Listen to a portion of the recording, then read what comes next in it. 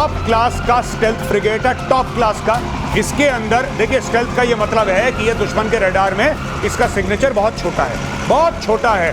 तो दुश्मन को ये नहीं पर हो सकता है दुश्मन को पता लगे कोई फिशिंग बोट है, दुश्मन को ये पता लगे कि छोटी सी नाव है, वहां पे पता लगा पूरी की पूरी मिसाइल के साथ एक बोट है, स्टेल्थ फ्रिगेट है।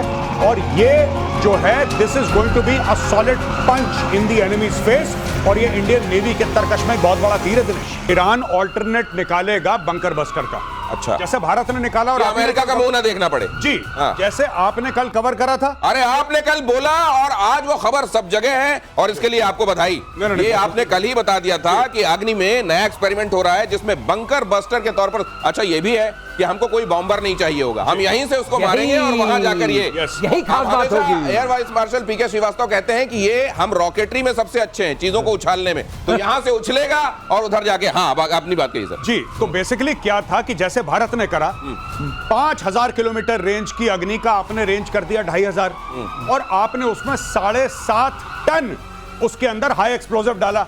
यह भारत से उड़ेगा, जमीन के नीचे पाकिस्तान में जाएगा और वहां पे कर देगा हर हर महादेव। ये खबर क्या हम यहाँ डाल सकते हैं? ये खबर पूरे तौर पर एक बार दिखा दीजिए इस खबर को यहाँ पहले डालिए और उसके बाद हम आगे चलेंगे। एयर मार्शल श्रीवास्तव कुछ कहना चाहते हैं, पहले ये खबर मैं दिखा दूं जरा अग्नि से रिलेटेड। ये डालिए खबर पहले प्लीज। अग्नि को रीइन्वेंट एक तरीके से किया जा रहा है। ये मिड रेंज टू समझ लीजिए इंटरकॉन्टिनेंटल बैलिस्टिक मिसाइल जैसा है, अमेरिका जैसा बंकर बस्टर समझ लीजिए।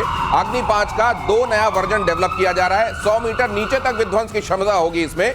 और ये खबर कल पहले ही प्रतिशोध में मेजर गौरव आर्य और एयर मार्शल श्रीवास्तव डिस्कस कर चुके हैं। सर अब प्लीज। भाई ये कह रहा हूँ कि इसने जो बताया वो तो बिल्कुल सही है, उसके आगे ये इसमें टर्मिनल गाइडेंस में टीवी लगा हुआ है। ये क्या मतलब है? टीवी का मतलब यह है कि जब वो पहुंचेगा अंत में, टीवी मतलब हमारा वाला टीवी? हाँ, टीवी खुल जाएगा। वो जो पिक्चर आएगी, मान लीजिए अगली बार आप मरकज पर अटैक करना चाहते हैं, मतलब कैमरा लगा हुआ है, कैमरा लगा हुआ है। अब जब कैमरा देखेगा कि ये मरकज है कि नहीं, एडजस्ट करेगा। ये मरकज वाला गुंबज है, देख देना। अच्छा अच्छा अच्छा अच्छा, ये एआई वाला जैसा कुछ होगा। एआई वाला पिक्चर पड़ी हुई है, आपने कहा इसी पर मारना है। लास्ट में वो खुल जाएगा कैमरा और देखेगा, मैच करेगा, जो है उसी पर मारेगा। ये अपने दर्शकों को समझा देता हूँ, जैसे आपने स्निफर डॉग देखा होगा ना, स्निफर डॉग को कुछ सुंघाया जाता है और वो महक कहाँ से आ रही है वहां दौड़ जाता है उस पर। तो उसी तरीके से इसको तस्वीर दिखा दी जाएगी, जाओ अब इसको नष्ट कर दो और वो हो जाएगा। मेजर गौरव आर्य, इसके लिए हमको बॉम्बर भी नहीं चाहिए, सबसे अच्छी बात तो ये कुछ नहीं चाहिए। और सबसे बड़ी बात मैं आपको दावे के साथ कह रहा हूं कि इजराइल यही काम कर रहा है। आज मैं आपको प्रिडिक्शन करके दे रहा हूं, इजराइल यही काम कर रहा है, क्योंकि इजराइल की सबसे बड़ी सीख, आपने पूछा क्या थी लड़ाई से, सबसे बड़ी यह सीख थी कि अमेरिका एक मूडी सुपर पावर है। अमेरिका का मन चाहा मिडनाइट हैमर करा, अगले दिन मूड करा सीज फायर। इजराइल का तो काम ही पूरा नहीं हुआ, इजराइल का काम पूरा नहीं हुआ। अब इजराइल यही काम करेगा जो भारत कर रहा है। इजराइल अपनी बैलिस्टिक मिसाइल्स को रिपर्पस करेगा कि वो नीचे जाएं जमीन के और 300 फुट जाके ईरान का काम तमाम करें, उनके न्यूक्लियर प्लेटफॉर्म्स का। अब दिनेश ऐसा है, पाताल लोक में भी जगह नहीं बची। पहले पाताल लोक था ना, घुस जाते थे, नीचे नहीं मार पाओगे। अब वो खत्म मामला। 100 मीटर्स का मतलब 300 फुट। माय गॉड, 7500 किलोग्राम बता रहे हैं ना, ये 3 गुना ज्यादा है जीबीयू। आज आप लोग बता रहे हैं, मुझको गाने की लाइनें याद आ रही हैं। अभी वो शायरी याद आई थी, अब देखिए आ रहा है, अजी हमसे बचकर कहाँ जाइएगा, हमें पाइएगा। धरती के नीचे भी वायुसेना एयर लोरा मिसाइल, जिसको हम कहते हैं लॉन्ग रेंज आर्टिलरी मिसाइल, खरीद सकती है। Long range artillery missile Israel से खरीदी जाएगी। मिसाइल की डील संभव है। डीप स्ट्राइक करने के मिशन के लिए ये बहुत जरूरी होती है। अब ये क्या होता है, एयर मार्शल श्रीवास्तव आपको और अच्छे से समझाएंगे। ये देखिए आर्टिलरी क्या बोल रहे हैं, है मिसाइल। हमें खुद ही समझ में आ रहा है तो आर्टिलरी क्यों बोल रहे हैं। ये क्यों किया गया? उसका एक कारण है। अगर आप MTCR वाले नहीं हैं, MTCR मतलब मिसाइल टेक्नोलॉजी कंट्रोल रेजिम में आपने साइन नहीं किया है। अच्छा, तो आप बनाइए मिसाइल का ये आर्टिलरी मैं बेच सकता हूँ, सामान कुछ लेबल कुछ। तो ये इसके अंदर मारक क्षमता बहुत ज्यादा है। समझ लीजिए जैसे आप वो देखते हैं ना सोडा का विज्ञापन, सोडा वाला विज्ञापन एक्चुअली किसका विज्ञापन होता है आपको मालूम होता है। इसी तरीके से यहाँ नाम बदल गया है कि भाई हम तो बना ही नहीं रहे मिसाइल, हम तो आर्टिलरी बना रहे हैं। बहुत अच्छी बात है। 450 किलो है इसके अंदर। अच्छा, वो जो मारक वाली ये चीज कहते हैं 400-500 किलोमीटर तक जाके मार देती। Oh, air to air. Air to air, अच्छा। एयर टू ग्राउंड जाएगी, अच्छा। ग्राउंड जाएगी, क्योंकि बहुत, मैंने आपको बताया था ना, इंटरसेप्टर मिसाइल जो जाती है इंटरसेप्ट करने के लिए, उसमें जरा एक्सप्लोजिव कम होता है। अच्छा। 10 किलो 20 किलो, और जो नीचे मारती है उसमें 400 किलो 500 किलो, अच्छा। 1000 किलो, जैसे ये वाली GBU वो समझ लीजिए कि वो जैसे तीर से तीर टकराता है जो नष्ट करता है ना, इंटरसेप्टर वाली वो, उसमें बस इसको नष्ट करना है हवा में, तो उसमें ज्यादा बारूद नहीं चाहिए,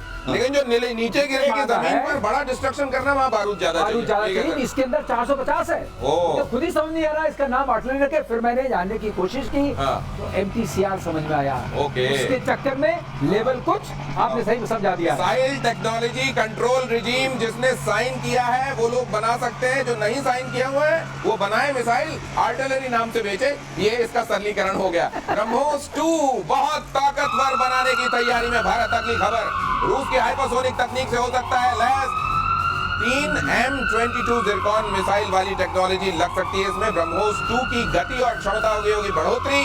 भारत रूस मिलकर बना रहे हैं क्रूज मिसाइल ब्रह्मोस 2। अब ये क्या है मेजर गौरव, ये तो मैं एयर मार्शल श्रीवास्तव से जानूंगा, लेकिन अब ये जिरकॉन वाला जो दहशत है वो इसमें हुआ करेगी जी। तो अभी ब्रह्मोस का ये चक्कर है कि जो ब्रह्मोस एरोस्पेस कंपनी है वो कह रही है कि एक इसकी मारक क्षमता और होनी चाहिए। अच्छा। यानी कि अगर 300 किलोमीटर तक मार रही है तो 800-900 तक मारेगी। दूसरी चीज ये हल्की होनी चाहिए। तीसरी चीज इसकी गति जो है, अभी जो 3 टाइम्स स्पीड ऑफ साउंड है वो 7 टाइम्स 8 टाइम्स स्पीड, यानी कि ये मिसाइल बिल्कुल शेषनाग आप समझ लीजिए, एक बार गया तो गया। अच्छा, nobody has any answer। देखिए ना, मैंने वही बात बोली थी, जब पाकिस्तान को पता था कि ब्रह्मोस फायर है, ऐसी बात नहीं कि पाकिस्तान को पता नहीं लगा, पर पता लगने के बाद वो ऐसे देख रहे थे जैसे आप लोग हमारा प्रोग्राम प्रतिशोध देख रहे हैं। देख रहे थे बस पाकिस्तान ये आ रहा है, अच्छा आ गया, ओह वेरी गुड, ये चक्कर है। तो पाकिस्तान देख रहा था, अब पाकिस्तान और तेजी से देखेगा। लेकिन ये जो बनेगा खतरनाक, और ब्रह्मोस को 4 सुखोई के ऊपर टंगेंगे। अभी एक टंगता है 1 सिंगल, अब ये 4 टंगेंगे सुखोई के नीचे और फिर इससे मारा जाएगा। एक चीज और बता दें, बहुत जानने वाली थी, आखिरकार हम इंडिजिनस कैसे बनाएंगे। हम पहले ये रैम जेट, एक बार हमने कहा था राम, रैम और स्क्रैम, ये सुपर कंबस्टिव रैम है। उसका रैम का फायदा होता है कि इंजन के तो कोई वो नहीं है, टरबाइन वगैरह नहीं है, तो हल्का होता है। ये हाइपरसोनिक स्पीड देता है, ये हमारी अपनी क्षमता है DRDO की। अब ये मार पड़ेगी, पहले से ज्यादा पड़ेगी और पहले से तेजी से पड़ेगी, ये समझ लीजिए। और दुनिया में हाइपरसोनिक मिसाइल बनाने की होड़ चल रही है। चीन बना रहा है PL-17 और PL-21 air to air missile.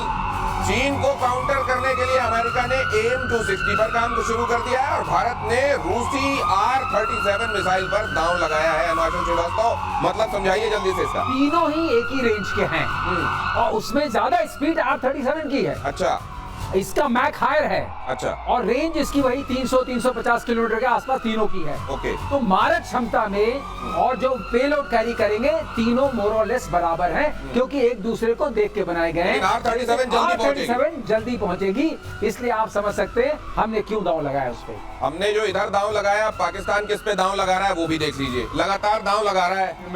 ये मिसाइल का वंदे भारत है। अच्छा, ये वाला मिसाइल का वंदे भारत बिल्कुल समय से 2 मिनट पहले। अब जरा अगली खबर देख लीजिए। दांव लगाने की बात हो रही है, भारत रशियन मिसाइल पर दांव R-37 पर लगा रहा है।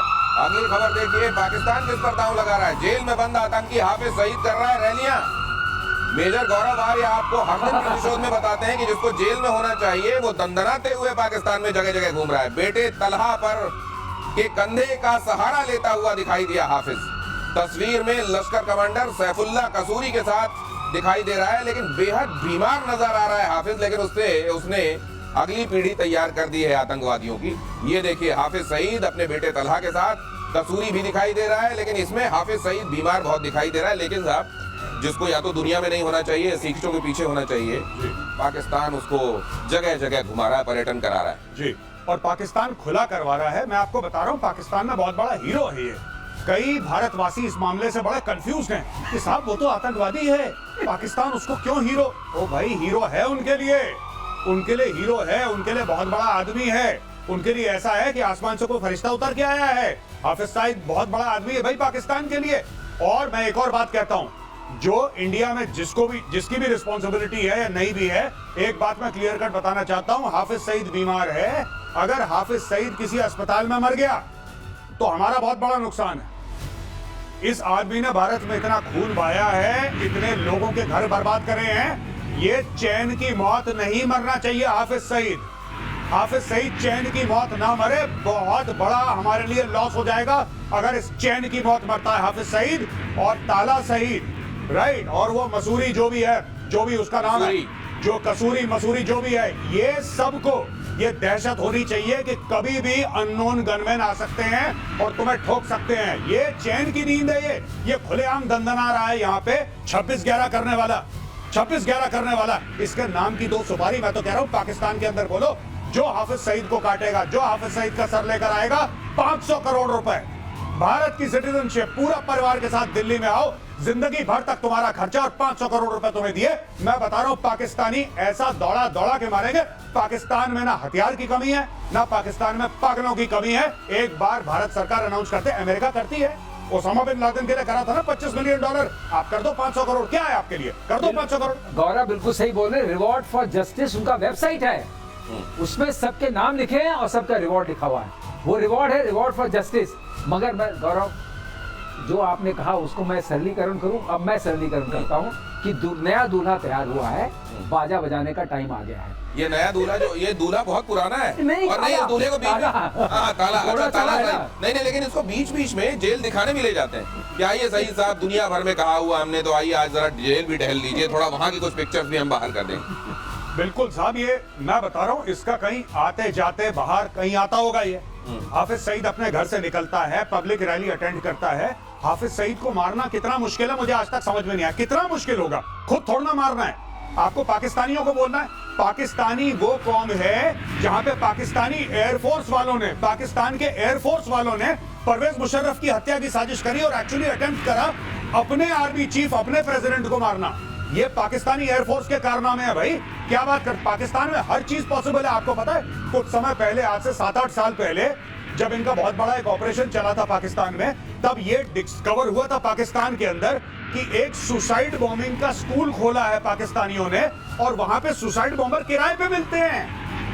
आप 5 लाख रुपए दीजिए, एक सुसाइड बॉम्बर को ले जाइए। ये पाकिस्तान में होता है यार। लेकिन दूसरी बार किराए में कैसे लेगा कोई इसको, अगर वो सुसाइड बॉम्बर है? वो कह रहा था किराए पे, वो एक्चुअली 1 वे टिकट है, एक बार आपने कर दिया तो फिर उसका थैंक यू। मिसाइल टाइप है, अच्छा, एक बार गई तो बस हायर किया जा सकता है, उसके बाद अगला उसी तरह का तैयार मिलेगा आपको। वहां पर हर चीज का प्राइस टैग है, प्राइस नहीं, किराया टैग। वो किराया दीजिए और इस्तेमाल कीजिए। ये आतंकवाद अब और पनपने मत दीजिए। ये कह रहे हैं मेजर गौरव आर्य, और चीन पाकिस्तान पर स्पेस से निगाह रखेगा। भारत 2029 तक 52 स्पेशल डिफेंस सैटेलाइट भेजे जाएंगे, आर्टिफिशियल इंटेलिजेंस बेस्ड होंगे सैटेलाइट। अंतरिक्ष में भारत की आंख बनेंगे ये सैटेलाइट। यही वो सैटेलाइट हैं जो दुश्मन के ऊपर आपको एक तरीके से एज देते हैं। और क्या मायने हैं इसके, पीके श्रीवास्तव सर? ये तो बहुत जरूरी था। इसका माने ये कि अभी हमारे पास जो सैटेलाइट्स हैं, उनका एक वो 6 चक्कर 4 चक्कर लगाते हैं तो 6 घंटे या 4 घंटे में आपको उस जगह की विजिबिलिटी मिलती है। हाँ। इनके आने से क्या होगा, आप कंटिन्यूअस विजिबिलिटी मिलेगी। अच्छा, ये लगातार आपको 24/7 बिकॉज अब 52 हो गए तो आप कोई ना कोई सैटेलाइट देख रहा होगा, फिर हम वो सिंथेटिक पिक्चर बना सकते हैं, हमें पता चलेगा क्या मूवमेंट हो रहा है, तो आप जो वो बताते हैं आकाश तीर और IACCS, उसको बहुत मदद मिलेगी। आपको कंप्लीट पिक्चर हमेशा रहेगी, जिसको हम ऑर्डर ऑफ बैटल बोलते हैं। मतलब कहां पर टैंक हैं, कहां पर ट्रूप्स हैं, कहां पर मिसाइल्स हैं, कहां पर कारखानों में क्या हो रहा है, और कहां पर इस तरह के ट्रक जा रहे हैं ढूंढने के लिए कि उसके नीचे हुआ क्या है। तो ये सैटेलाइट एक तरीके से लगातार आपकी आंखों के तौर पर आपके दुश्मन के ऊपर देख रही होंगी, और आपको ये पता चल रहा होगा वहां हरकतें क्या हो रही हैं और हमको तैयारियां क्या करनी है। अगली खबर आपको दिखाता हूं, तुर्की के लिए गले की फांस बन गया S-400। 2017 में रूस से तुर्की ने खरीदा था S-400 की वजह से F-35 प्रोग्राम से तुर्की है बाहर। अब S-400 को बेचना चाह रहा है तुर्की के S-400 पर पाकिस्तान की नजर। पाकिस्तान सोच रहा है ये सेकंड हैंड मुझको मिल जाए S-400, लेकिन कहा यह जा रहा है कि S-400 तुर्की ले तो गया था, पाकिस्तान के अंदर ये भी चल रहा है कि उसकी पन्नी भी नहीं उतरी है अभी। S-400 वहां पन्नी भी नहीं उतरी, वैसे का वैसा है, ले लो यहां पर। लेकिन यहां पर यह समझाया जा रहा है अमेरिका बहुत मारेगा, S-400 जैसे ही कहीं पर जाता है अमेरिका की निगाह टेढ़ी हो जाती है। तो ये कशमकश चल रही है वहां। नहीं, ये पाकिस्तान लेगा, अगर पाकिस्तान के बस का होगा पाकिस्तान जरूर लेगा, और अमेरिका को फिर पाकिस्तान की जरूरत पड़ेगी।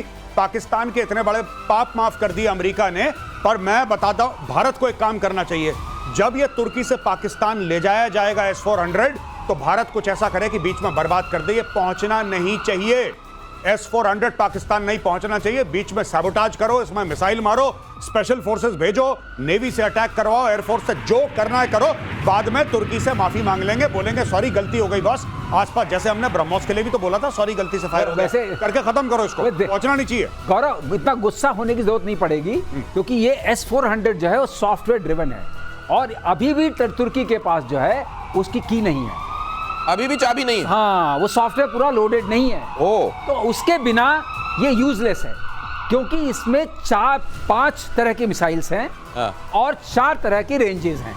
तो वो मिसाइल का चेंज जो होता है और जो ट्रैक दिखता है, जिसको सर्च करना है, जिसको डिटेक्ट करना है और जिसको ट्रैक करना है, वो सॉफ्टवेयर करता है। ये फिर ले क्यों गए थे? ये ले गए थे, लेकिन अब कश्मकश हो गई। नहीं, ये कहते हैं कि उन्होंने पन्नी भी नहीं उतारी है, कोई प्रैक्टिस भी नहीं हुई इससे। वो रशिया ने इनको कह दिया, बहुत पहले भी कहा था, अगर तुमने इसको कहीं हटाया, ये उनका एंड यूजर एग्रीमेंट है, अच्छा, तो ये फिर कुछ नहीं चलेगा।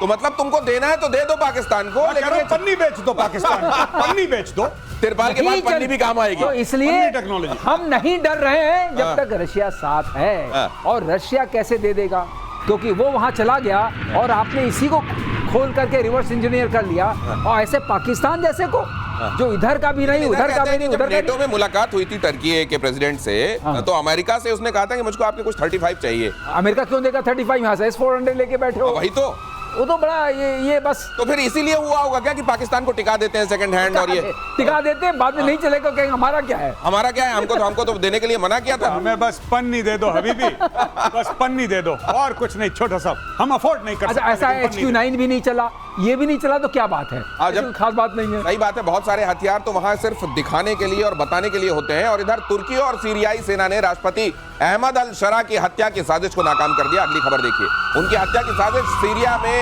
चल रही थी। यहाँ पर सीरिया में सक्रिय ISIS ने उनकी हत्या की साजिश की थी। अहमद अल शरा पहले अलकायदा और इस्लामिक स्टेट के सहयोगी समूह के नेता थे, लेकिन बाद में उन्होंने बशर अल असद की सत्ता के खिलाफ विद्रोह का नेतृत्व किया। लेबनानी आउटलेट LBCI की रिपोर्ट के मुताबिक सीरियाई सेना और तुर्की खुफिया एजेंसियों ने सीरियाई राष्ट्रपति अहमद अल शरा की हत्या के प्रयास को, इसमें कुल मिलाकर हमारे भारत के ऑडियंस को समझने वाली एक बात है कि अगर आप ये सोचते हैं कि मुस्लिम वर्ल्ड आपस में एकजुट है, तो यह खबर उसकी सच्चाई बताने वाली। गौरव बताएंगे। सबसे बड़ी बात यह है कि ये क्यों हुआ है, क्योंकि 72 घंटे पहले डोनाल्ड ट्रंप ने बोला कि सीरिया के ऊपर से मैं सारे सैंक्शन हटा रहा हूं। उन्होंने साइन कर दिया, वहां पे इस्लामिक स्टेट एक्टिव हो गया, पहली बात।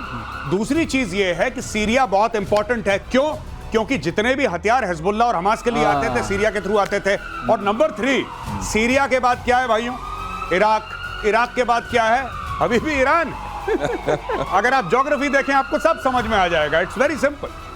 तो इसका मायना क्या है वो भी आप समझ रहे हैं। इशारों में बहुत कुछ और एक्सप्लिसिटली बहुत कुछ। पुराने दुश्मनों से रिश्ते सुधारने में जुटा हुआ है इजराइल। सीरिया और लेबनान के साथ रिश्ते सामान्य करने की पहल। इजरायली विदेश मंत्री गिदोन सार ने कहा, दोनों देशों से औपचारिक राजनयिक रिश्ता कायम हो। गोलन हाइट्स को लेकर कोई समझौता नहीं। इजराइल ने कहा, गोलन हाइट्स एक विवादित क्षेत्र जिस पर इजराइल का कब्जा है और सीरिया उस पर अपना दावा करता रहा है। सीरिया और लेबनान दोनों को ईरान समर्थक देश माना जाता है। अब सबसे बड़ी बात यह है श्रीवास्तव सर, कि पहले किसी को मारो जबरदस्त और उसके बाद कहो I want to be friends with you. और जिसको पड़ी होती है, मुझको लगता है इनको ये समझ में आ गया है कि इजराइल जो है मारता बहुत है। लेबनान को तो समझ में आ ही गया है, सीरिया बहुत मारता ये अब जब हाथ बढ़ाए तो हो सकता है थामा जाएगा। We are friends. सीरिया ने इजराइल ने क्या किया था, ऐसे ही सत्ता पल्टी, जैसे ही सत्ता पलटी, अगर इसको भी आप समझा सकें, जिसका भी जैसा आपने बताया, उन्होंने गोलन हाइट्स जा चुका हूं अच्छा, कई बार। ओके, तो जैसे सत्ता पलटी, उन्होंने आसपास पूरा कब्जा कर लिया। अच्छा, सारा हटा दिया, सारा नेस्तनाबूद कर दिया। ये साइड तो सीरिया में before he could become president, जो सीरियन रेबल से, और लेबनान में उधर का मामला पर क्लोज कीजिए। तो मैं ये जानना चाह रहा हूं सर, ये का हिस्सा उन्होंने साफ कर रखा है। अच्छा, और यहाँ का हिस्सा भी साफ कर रखा है। ओके, अब कहाँ हाथ में ला लो, क्योंकि उन्होंने अपनी बफर क्रिएट कर ली है। अच्छा, बफर क्रिएट करने के बाद का हमारा काम हो गया, अब चलो दोस्त हो सकते। और गोलन हाइट्स हैं, ये ऊंचाई पर है, दिखता सारा है, वहां पर सारे रेडार्स वगैरह रखा है, और इधर साफ कर दिया, इधर साफ कर दिया। अब ठीक है, अब हम आश्वस्त हैं, आइए मिलते हैं। नहीं तो इस बात से उनको प्लीज, इसमें ईरान और खास तौर से वो मुल्क जो ये कहते रहे कि देखिए कम से कम जो इस्लाम को मानने वाले मुल्क हैं उनको तो सपोर्ट नहीं करना चाहिए इजराइल को, तो इससे बड़ी तकलीफ होगी उन्हें। देखिए उम्मा ये सब चूरन है, ये इसकी कोई वैल्यू नहीं है, फालतू में। ये देखिए ये गोलान हाइट्स है, यहाँ पे डमास्कस है जो कैपिटल है सीरिया की, दमिश्क। इजरायली जो ब्रिगेड है गोलान ब्रिगेड, वो 25 किलोमीटर दूर पहुंच गई थी दमिश्क के, 25 किलोमीटर दूर पहुंच गई। सामने दिख रहा है उसको दूरबीन से दमिश्क। अहमद अल शरा जो कि इस्लामिक स्टेट, जो कि अलकायदा का एफिलिएट, जो कि फलाना, जो कि धमाका, जो अभी प्रेसिडेंट है, उसने एक पिस्तौल की गोली नहीं चलाई इजराइल की ओर। इतना ज्यादा कंट्रोल है। और ये जो यहाँ पे इलाका है गोलान हाइट्स का, यहाँ पे यूनाइटेड नेशंस की फोर्सेस हैं अच्छा। आज की तारीख में, और उसमें इंडियन आर्मी का भी कंटिंजेंट है गोलान हाइट्स में। मैं आपको इसलिए बता रहा हूँ, ये नीचे पहुंच गए बिल्कुल, और 25 किलोमीटर दूर पहुंच गए थे कि सामने दमिश्क दिख रहा है और यहाँ पे बैठे हैं। और अहमद अल शरा ने इजरायली, और जब उससे पूछा कि इजराइल आपका दुश्मन है, इजराइल तो आलम इस्लाम का दुश्मन है, तो उसने बोला नहीं, इजराइल दुश्मन नहीं है, दुश्मन हिजबुल्लाह है। और यहाँ से आप जाइए और खड़े होइए, आपको पूरा सीरिया दिखता है। अच्छा, पूरा इधर दिखता है, तो पूरी नजर है। पूरी नजर है, सब कुछ निगाहों के तहत है। और इन INS तमाल के बारे में खबर देख लीजिए, भारतीय नौसेना को हैंडओवर हो गया है ये सबसे आधुनिक स्टेल्थ फ्रिगेट INS तमाल। रूस के कैलिनिनग्राड में INS तमाल का कमीशन हुआ। तमाल रूस से मिला हुआ 8वां और तुशील क्लास का दूसरा युद्धपोत। इसके आने के मायने क्या है मेजर गौरव? देखिए साहब, फ्रिगेट है, भारत जिस तरीके से अपना फ्लीट डेवलप कर रहा है, मैं आपको एक और बात बता दूं, सब लोग ये सोच रहे हैं कि साहब ये रशिया से आ रहा है फलाना डिम, नहीं, अभी भी 95% जो शिप्स बन रहे हैं वो भारत में बन रहे हैं, सबसे पहले बात। लेकिन भारत को जिस तरीके से अपनी नेवी एक्सपैंड करनी है, भारत की खरीदना बाहर से एक मजबूरी है। टॉप क्लास का स्टेल्थ फ्रिगेट है, टॉप क्लास का। इसके अंदर देखिए, स्टेल्थ का ये मतलब है कि ये दुश्मन के रडार में इसका सिग्नेचर बहुत छोटा है, बहुत छोटा है, तो दुश्मन को ये नहीं हो सकता है दुश्मन को पता लगे कोई फिशिंग बोट है, दुश्मन को ये पता लगे कि छोटी सी नाव है, वहां पे पता लगा पूरी की पूरी मिसाइल के साथ एक बोट है, स्टेल्थ फ्रिगेट है।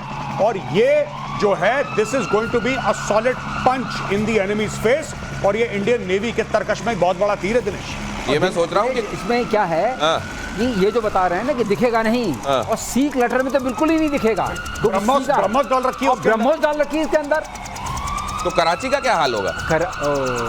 तो शायद इनके अभिमन से इन्होंने कहा बाद में बताते हैं। ग्वादर और कराची दोनों गए, दोनों निशाने पर। नहीं, मेजर गौरव, स्पीड भी इसकी अच्छी है। मेजर गौरव हमेशा याद दिलाते रहते हैं कि नेवी वाला अभी ड्यू है और नेवी इतनी मजबूत करते जा रहे हैं, और फिर ड्यू भी है, तो फिर मिलने क्या वाला है? चक्रवर्ती मिलने वाला है, वो जो आपके चक्रवृद्धि ब्याज के साथ। दिनेश, एक बात इन्होंने बहुत अच्छी बताई, ये आखिरी फ्रिगेट है जो आ रही है, आखिरी नेवल शिप आ रहा है, सारा 95% इंडिया में बनता है। लेकिन आपको एक खबर अगली जो बताने वाला हूँ, उसके बाद जितने लोग आपको अंकल कहते होंगे ना, वो समझ जाएंगे। जरा देखिए खबर।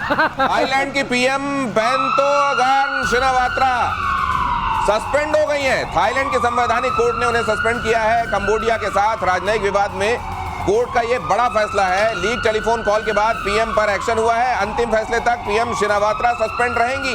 कहा यह जा रहा है कि उन्होंने अपनी टेलीफोनिक कन्वर्सेशन में उनको अंकल कह दिया था, और इस बात को लेकर इतना बवाल हुआ, कोर्ट बैठी और मेजॉरिटी डिसीजन ये हुआ कि इनको सस्पेंड किया जाए। तो ये तो मतलब बड़ा कमाल है। ये पता नहीं, मुझे ये न्यूज़ तो मैंने बिल्कुल फॉलो नहीं करी सर। अगर आप कुछ मुझे थोड़ा बता तो रहा हूँ कि एक वर्ड मैं आप बताता हूँ। कंबोडिया, और लोग कहते हैं ना युद्ध का देश है, बुद्ध का देश है, कंबोडिया और थाईलैंड दोनों बुद्ध के देश हैं। इधर 96%, इधर 93% जी बुद्धिस्ट हैं। और जो तो उसमें तालमेल है। इधर के जो प्राइम मिनिस्टर हैं, उनके जो फादर थे हुन सुन, जिनको इन्होंने अंकल कहा, और इन्होंने शिनवात्रा ने उनको अपने कन्वर्सेशन में अंकल बोल दिया, और ये कहा कि हमारे जनरल साहब जो हैं वो भड़का रहे हैं कंबोडियन सोल्जर्स को, हम रोकना चाहते हैं। वो शांति चाहती थी, कंबोडियन सोल्जर मर गया था। अब ये बात लीक हो गई। तो यहाँ तो ये तो इन्होंने अंकल बोला, इधर पाकिस्तान से तो अब्बू अब्बू वाले टेलीफोन जाते रहते हैं, वहाँ कोई बुरा नहीं मानता मेजर गौरव। पाकिस्तान में रीढ़ की हड्डी की कमी है। पाकिस्तान तो जो पैसा देता है, जो किराए पे लेता है, उसको अब्बू बोल देता है पाकिस्तान। तो इतना बड़ा मैटर नहीं है। लेकिन किस कॉन्टेक्स्ट में अंकल बोला है सर, ये बड़ा सीरियस डिप्लोमेटिक मामला हो गया वहाँ ये मामला हो गया कि अपने जनरल की उन्होंने बुराई कर दी और उनको अंकल बोल दिया। अंकल बोल दिया। अंकल ज्यादा चुभा है, अंकल ज्यादा चुभा है उनको। जनरल की जो बुराई ज्यादा नहीं चुभी, अंकल ज्यादा चुभा है।